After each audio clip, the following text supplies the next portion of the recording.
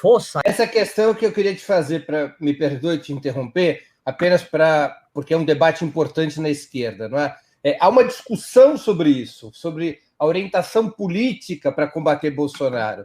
É frente ampla, considerando que a oposição de direita, a direita neoliberal, está dentro de um suposto campo democrático, ou frente de esquerda? Como é que você se posiciona nesse debate? Eu defendo uma frente de esquerda de natureza democrática, anti-reformas neoliberais, uma frente de esquerda que tem um programa com indicações estratégicas claras e, ao mesmo tempo, fazer aliança pontual esporádica. Eu vou dar um exemplo. Eleição da Câmara e do Senado. Nós poderíamos ter combinado essa tática. A gente lança um programa e uma candidatura das esquerdas. E vamos fazer a disputa política de programa, de papel do Senado e da Câmara, e na reta final a gente avalia qual é a correlação de força para esse ou aquele lado e podemos retirar. Mas nós acumulamos força. A esquerda não pode deixar de ser protagonista. O que está em jogo hoje é se a esquerda é protagonista ou não. Então, na minha visão, a esquerda tem que apresentar uma frente, e se nós tivéssemos feito isso na eleição municipal, nós tínhamos tido um resultado melhor. E quando eu falo frente, é o PT, PSOL, PCdoB, frentes populares, intelectuais, personalidades, movimentos sociais, e dialogar com os partidos de centro-esquerda para construir esse movimento. Agora, a Frente Ampla, Breno, foi derrotada 2 vezes no Brasil. Ela foi derrotada com aquela ideia de manifestos, antes da pandemia, e ela fracassou na eleição da Câmara e do Senado. Fracassou. Você acha que a tática do PT na disputa da Câmara e do Senado foi incorreta? Foi incorreta. Eu acho que nós podíamos ter disputado com base num programa e, no limite, na reta final, avaliar se retirava ou não. Aliás, nós fizemos isso, Breno, quando o PT disputou o comando da Câmara. Olha bem, vou dar um exemplo aqui para vocês. Em 95, emendas da ordem do FHC. Candidato a presidente, Luiz Eduardo Magalhães, excelente presidente da Câmara, respeitava a esquerda. Mas nós dissemos, Luiz Eduardo, nós vamos disputar porque o que está em jogo aqui é o projeto das reformas econômicas e da reeleição. Dito e feito. Porque essa ideia de que a presidência da Câmara e do Senado não tem nada a ver com a disputa política, isso é uma visão equivocada. É como se a luta de classe não entrasse dentro do parlamento. Que bobagem é essa? Outros até dizem que a luta de classe, o bicameralismo está acima da luta de classe. Não dá, né? Então, veja bem, eu acho que nós podíamos, por exemplo, o DEM se dá o luxo de sair do bloco na Câmara e quer que todo mundo feche com o bloco dele no Senado. Por quê? Aí é submissão. Portanto, eu acho que foi uma tática equivocada e que no passado a gente acumulava, ia, tensionava, vê o limite, porque mantém a nossa identidade. Eu acho que é fundamental a gente construir uma tática de acumulação de força. Por exemplo, nós estamos diante de uma crise social profunda. O país corre risco de uma degradação com a fome, com o desemprego, com a crise sanitária e com as mortes. Se nós não colocarmos a mobilização social como é questão central, veja bem o que aconteceu agora em Florianópolis com a greve lá da fábrica, o que está acontecendo com o padre Júlio Lancelotti em relação aos moradores de rua. Nós temos que o PT tem que sair de dentro da institucionalidade. Às vezes eu brinco, o PT gostou tanto da institucionalidade quando governou que não quer sair de jeito nenhum, tem que sair um pouco, ir para a rua, dialogar com o povo, ir com os movimentos, com as comunidades, aproximar os diretórios do PT, do movimento popular, do povo. Eu acho que isso é fundamental, porque você não muda o Brasil só por dentro da institucionalidade, porque eles controlam. E se você não mobilizar a sociedade, você pode até eleger um prefeito, um governador, sei lá, um presidente, aí eles montam uma denúncia, propaga na televisão a lógica do criminoso, e aí caça e ponto final. Esse é o método de dominação que a classe dominante tem, é o controle das instituições do Estado. E é um controle sofisticado, porque não suja as mãos com sangue. Mas suja porque, na época da ditadura, Breno, começava pelo corpo e chegava na alma. Agora chega na alma, mas chega na alma, depois chega no corpo, né? Genuíno, se e quando o PT voltar ao governo, deveria ter o mesmo programa que teve entre 2003 e 2014 ou é um novo programa? Aliás, nesse programa, se for novo, você incluiria a questão da convocação da Assembleia Nacional Constituinte? Primeiro, é um novo programa. E se o PT chegar a essa situação, é num processo de mudanças profundas, de correlação de forças favorável a um projeto de transformação. É um novo programa. Por exemplo, o programa de privatização. Nós temos que rever aspectos importantes do programa de privatização. Segundo, nós temos que acabar com a hegemonia, com a oligarquia do sistema financeiro no Brasil. Nós temos que botar a mão no sistema financeiro. Não tem jeito.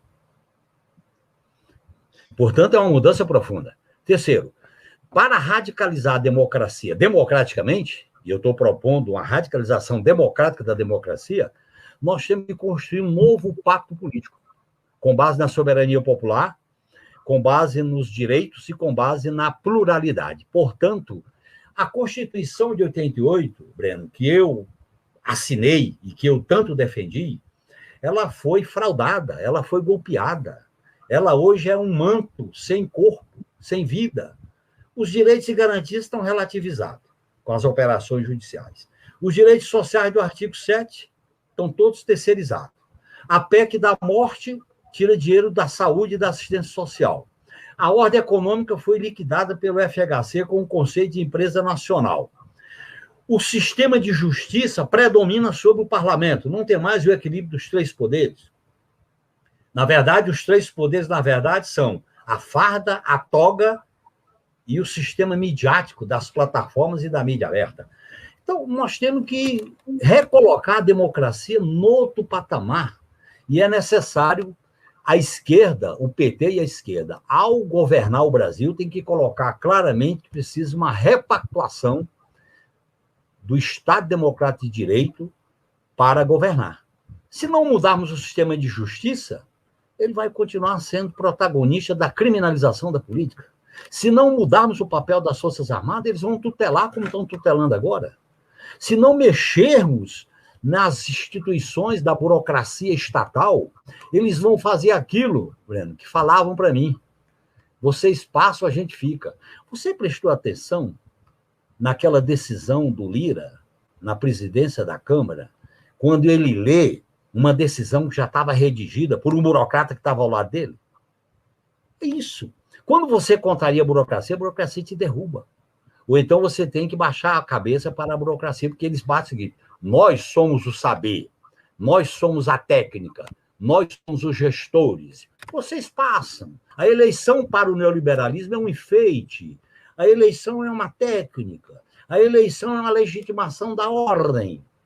Porque, na verdade, ou a esquerda tem clareza do que está em jogo para disputar o poder e mexer com os interesses econômicos, ela pode até ter uma vitória e não levar.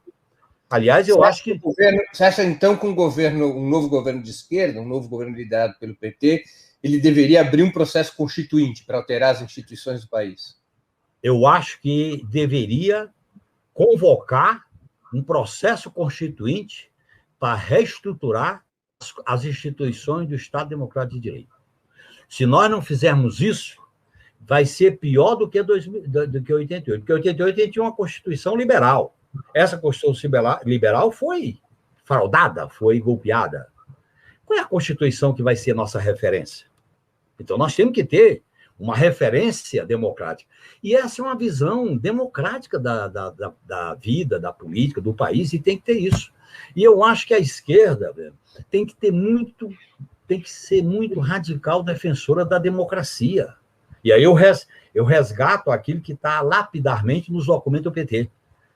A democracia sem socialismo não existe, nem socialismo existe sem democracia. Mas a democracia não é a democracia liberal, porque o próprio neoliberalismo está botando a democracia liberal na lata de lixo. É a democracia da participação popular, dos direitos, que preserva combate o patriarcalismo, o racismo, afirma direito, participação popular com plebiscito, com referendo.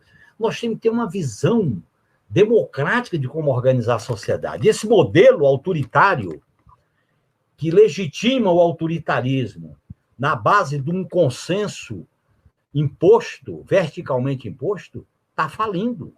Faliu. Olha bem o que acontece nos Estados Unidos, o que está acontecendo na Europa. Eu acho, Breno, que a esquerda tem uma oportunidade política de, diante dessa crise, desfraudar que é possível um novo sonho, que é possível uma nova utopia, que é possível um outro tipo de hegemonia. Quando eu falo sonho e utopia, não é ficar falando coisas sem sentido.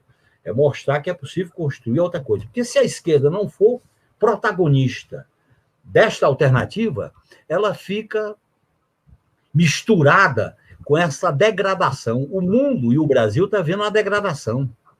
É morte, é golpe, é violência, é tudo. É possível ter uma outra humanidade? É possível ter uma outra sociedade? Eu sou. Aí, nesse sentido, eu sou de esquerda e sonho. Há 170 anos, com aquilo que o Marx dizia no Manifesto Comunista. Agora, é claro que eu não vou fazer uma revolução socialista, eu vou fazer uma revolução democrática, popular, tendo em vista, e vou disputar esses valores de uma sociedade socialista, radicalmente democrática. Então, eu acho que a esquerda não pode ter vergonha da sua história, não pode ficar tímida, pode baixar a cabeça. Breno, vamos ser claros, se não existisse esquerda no mundo, a humanidade estava ferrada. A luta da esquerda foi 40 horas, foi 8 horas, foi Previdência, Estado do Bem-Estar Social, derrotou o fascismo, derrotou o nazismo, derrotou as ditaduras. Muitos companheiros que deram a vida, eu sei honrar esses companheiros e companheiras. Então, nós temos que fazer um resgate com dignidade. A esquerda tem que ter dignidade, nitidez de proposta para poder disputar esse mundo cão. Porque qual é a ideia do neoliberalismo? Diz o seguinte: o capitalismo é eterno. O mundo pode até se acabar com a pandemia ou com a catástrofe, mas o capitalismo não. Aí cria o senso comum de que o capitalismo é eterno. Nós não podemos aceitar isso. E eu não posso me contentar com os remendos e diminuição de danos. A crise é tão profunda que os esparadrapos e os band-aids não evitam a sangria que está acontecendo no Brasil e no mundo. Genuíno, eu só te pedir de novo para arrumar a câmera, vou te fazer uma nova pergunta. Você é um dos principais especialistas da esquerda no estudo das Forças Armadas. O PT e seus governos trataram corretamente a questão militar? Qual é a importância deste tema na situação atual? Não tratou corretamente. Nesse ponto, Breno, eu faço uma autoavaliação. Porque eu era, como deputado da oposição, dialogava com as Forças Armadas e depois no governo. E por que não tratamos corretamente? Primeiro, não compreendemos que a estruturação doutrinária e organizacional das Forças Armadas está muito vinculada com a ideia de um autoritarismo, de uma presença tutelar, de uma presença autônoma dentro das instituições do Estado. E a expressão disso é o artigo 142, em nome da lei e da ordem. Lei e ordem cabe tudo. Nós devíamos ter feito uma luta pela democratização do papel político das Forças Armadas, a subordinação do poder militar ao poder civil, que emana do povo. Nós devíamos ter enfrentado o debate sobre a Comissão da Verdade no início do governo Lula e não 2 mandatos depois. E nós devíamos ter feito um debate político sobre o papel político institucional das Forças Armadas que não levasse a gente a ter ilusão. A gente tem que acabar com essa história, ter militar isso, militar nacionalista, o esquema militar. Isso não existe. A luta política é decidida nas ruas, na organização popular. E a Força Armada tem que estar subordinada ao princípio da soberania popular. Eu sei que isso é muito difícil num país que tem uma tradição autoritária como no Brasil. Então, nesse sentido, nós nos acomodamos ao modus operandi. Eu acho que eu tenho uma avaliação, Breno, que as Forças Armadas elas foram revanchistas desde a transição. Elas não aceitaram a nova república, não aceitaram nem a transição com a Constituição de 88, nem o governo FHC, muito menos o governo Lula e Dilma. Na verdade, eles foram para o acostamento da estrada e esperaram o momento de se recolocar como protagonista. Eu acho que esse momento veio com as articulações do golpe de 2016, que foram antecedidas pela rearticulação da hegemonia americana com a história da nova Guerra Fria, e, ao mesmo tempo, como pretexto à Comissão da Verdade, que existe um problema. A Força Armada Brasileira não aceita qualquer decisão do Poder Civil, por isso que eles têm uma justiça militar. E nós não compreendemos isso corretamente. A própria Comissão da Verdade poderia ter produzido uma disputa da narrativa sobre os crimes de Estado e de como reparar. E eu acho que isso é fundamental na radicalização da democracia brasileira. É claro que um projeto nacional de desenvolvimento econômico, nós temos que incorporar uma visão democrática sobre o papel da Força Armada. Esse predomínio das ações subsidiárias, das ações de GLO, das ações de ocupação das instituições civis do Estado, como está acontecendo, da quantidade de ministério, da saúde, isso aí é um desserviço ao papel da defesa. As Forças Armadas, no mundo de hoje, ela discute vulnerabilidade, não é conceito de inimigo. E vulnerabilidade, no mundo que nós estamos vivendo, é a tecnologia, é o espaço, é a cibernética, é a questão dos mares. Não é questão de ficar ocupando cargo de segundo escalão ou de primeiro escalão no Palácio do Planalto. Isso aí é um desastre, no meu modo de entender. Agora, nós devíamos ter trabalhado. Nós fizemos uma grande iniciativa, que foi a Estratégia Nacional de Defesa. Eu acho que foi um documento brilhante. Uhum. As bases dele são corretas e são referências, mas essa estratégia foi aceita, mas não assimilada. E eu acho que essa discussão vai exigir muito do processo de democratização do país. Por exemplo, Breno, a democratização do país, vou pegar outra instituição, tem que discutir a questão do sistema de justiça, que nós perdemos na Constituinte, você se lembra? O relator do PT era o Plínio de Arruda Sampaio. O relatório dele foi derrotado. O sistema de justiça ele é autoritário e conservador. Veja as histórias dos grandes ministros da corte brasileira, tiveram que sair porque se aposentaram ou porque foram aposentados. E hoje esse sistema de justiça adquire uma funcionalidade, que é a ordem neoliberal e o impedimento quando a esquerda é protagonista. O que está por trás de toda essa articulação que produziu as operações? O próprio conceito de operação dentro do sistema de justiça é um conceito de guerra. Isso nasceu do Departamento de Estado americano, operação. Só que o conceito de operação militar era tropa, tiro, porta-aviões, satélite. Agora não. É o direito penal do inimigo, é um juiz, é um vazamento, é a mídia e é a destruição das reputações. É um novo tipo de guerra. Então, nesse sentido, eu acho que... E essa questão se relaciona com a questão militar, porque as Forças Armadas sempre foram influenciadas por um conceito de classe média em relação ao moralismo, em relação a achar que a sociedade moralista, a cruzada moralista, como se a sociedade fosse um jardim de Éden, de virtuosos e tal. Não tem luta de classe, não tem conflito. Eleição é coisa feia. Trabalhador ser eleito, mulher ser eleita, sem terra ser eleita. Não, tem que ser o saber. A elite. Isso impregnou. Então, eu acho que nós temos que fazer mudanças profundas e não fizemos. Portanto, eu digo para vocês, o PT abriu uma grande porta para discutir o Brasil. Agora, essa porta foi fechada porque o PT bateu um pouco o pé na porta. Ele saiu com dignidade para discutir essas coisas, apesar de todos os erros que nós cometemos. Porque nós ousamos, nós tentamos, nós fizemos melhorias na vida do povo. Então, eu acho que isso aí nos dá credibilidade para discutir o nosso futuro. Eu sou contra esse pessimismo, esse individualismo, achar que o PT já foi, essas pessoas que não resgatam essa grande experiência. Eu considero o PT uma grande experiência. Nós não podemos deixar que o PT caia na vala comum do que os partidos sociais-democratas da Europa, os partidos comunistas da Europa, o próprio PCI caiu. Não dá. O PT como é que você avalia a saída para essa situação?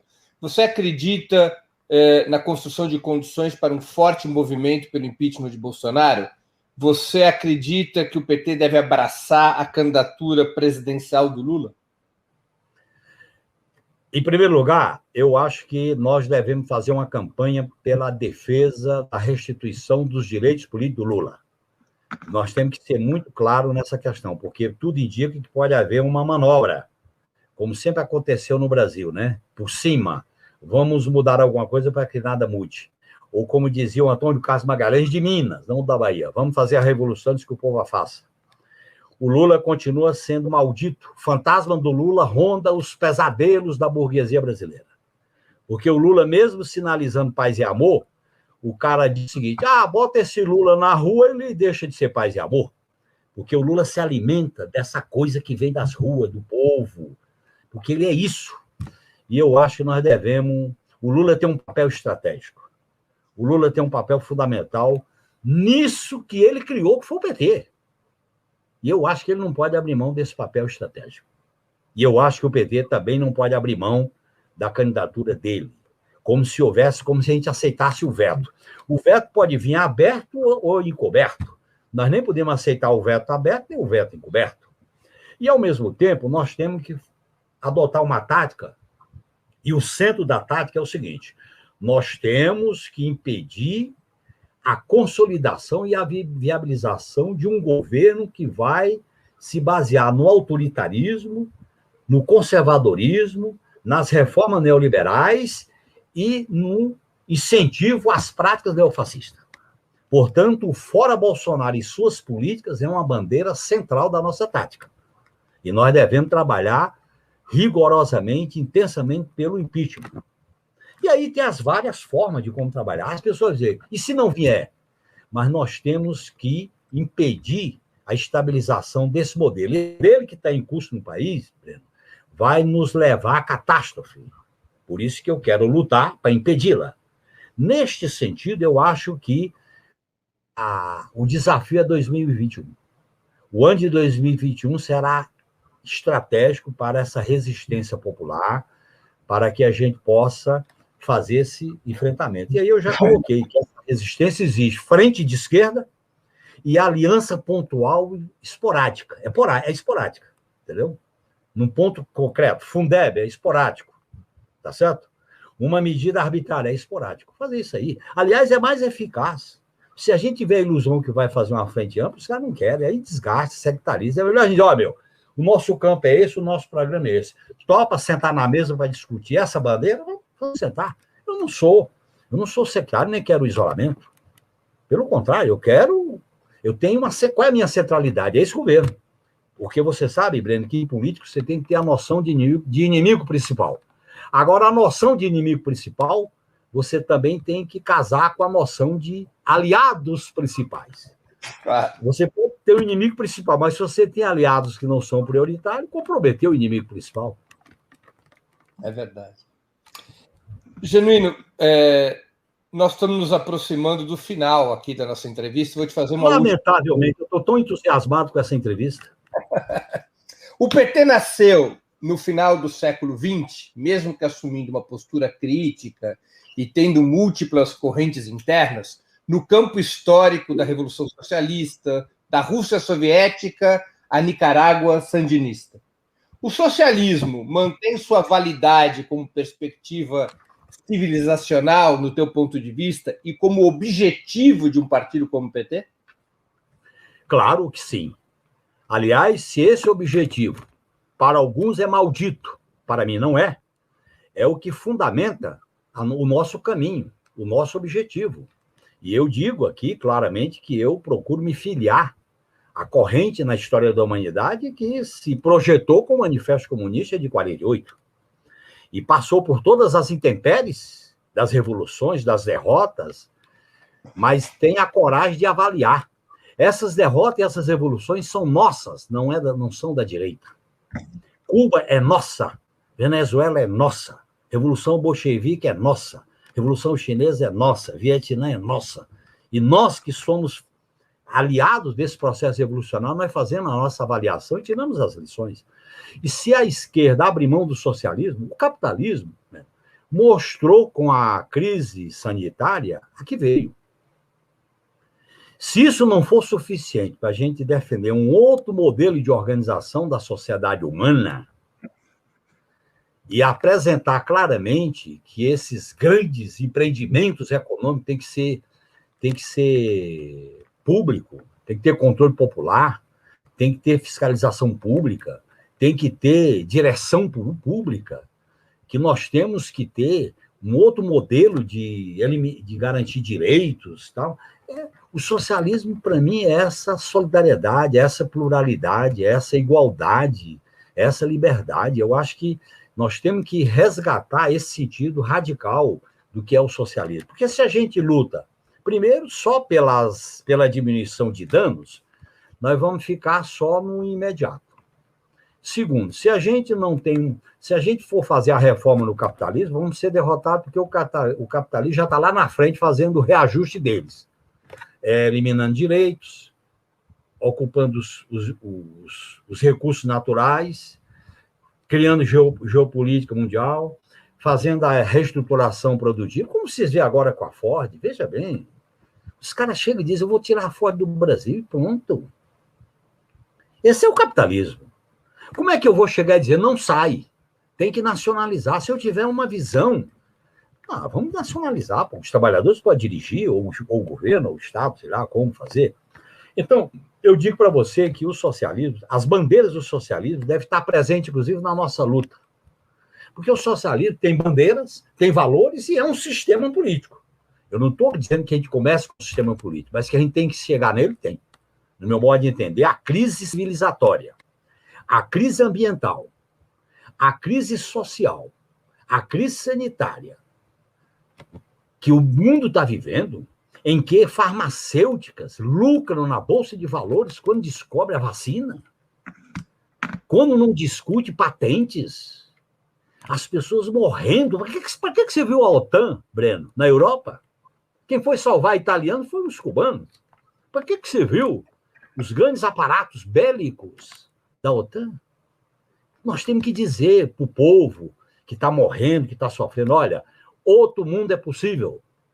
Nós somos sonhadores desse novo mundo. Para mim, isso amarra uma estratégia de transformação revolucionária. E quando eu falo revolução, eu não tenho medo de usar essa palavra. Eu não estou falando de porra louquice, nem de isolamento, estou falando da ideia de liberdade, da ideia de que as sem-flores desabrochem, da ideia de que as pessoas têm que ser alegres, as pessoas não podem ficar com medo, com preconceito, vendo o outro como inimigo. O neoliberalismo transformou o outro em inimigo. E criou a ideologia do mercado. Você já viu, Breno, como é que os economistas das televisões falam? E o mercado? O mercado não tem CPF nem RG, mas derruba governo. Né? Então, nós não podemos aceitar isso. Essa ordem capitalista, nós temos que ser críticos dela. Agora, para a gente criticar a ordem capitalista, nos termos em que está, nós temos que dizer que somos socialistas. Agora, eu não estou dizendo que a gente vai implantar amanhã, mas a disputa é a médio e a longo prazo, a disputa de valores, de causas, de objetivos, para ter uma esquerda lúcida, combativa, corajosa, mas, ao mesmo tempo, ajuizada. Eu sei o que eu vou propor agora. Para mim, agora tem 4 bandeiras prioritárias. Vacina já para todos, emprego, auxílio emergencial, o fora esse governo. É isso. Isso não é socialismo, mas isso desencadeia um processo de acumulação de força. Eu acho que essa relação entre tática, estratégia e programa que a crise faz. Quem fez essa relação, Breno, foi a crise. Você se lembra que nos anos 90, do auge do neoliberalismo, que o mundo parecia uma bola que todo mundo mandava com a globalização, que não tinha fronteira, que o mundo era pequeno, até tinha gente que falava de um Estado mundial. Aquilo ali parecia a paz eterna, como Kant pintava. Isso acabou, Breno. Olha o que os caras estão fazendo na África. Olha os deserdados que estão percorrendo a Europa. Os deserdados.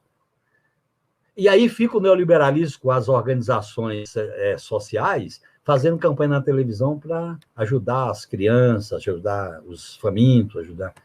É isso. No limite, o capitalismo se penaliza, limpa a barra e faz campanhas humanitárias. Nós não, nós queremos fazer campanhas transformadoras. Eu acho que a esquerda tem uma oportunidade de ser protagonista. Nesse sentido, eu sou otimista, apesar das derrotas e das dificuldades. Genuíno, eu queria te agradecer muitíssimo pela entrevista de hoje. Eu acho que foi uma lição de história, de política e de otimismo da vontade e lucidez da razão. Muitíssimo obrigado, Muito obrigado pelo nosso convite. Eu tenho certeza que todos os nossos espectadores e espectadoras aproveitaram muito essa oportunidade de ouvir você falar.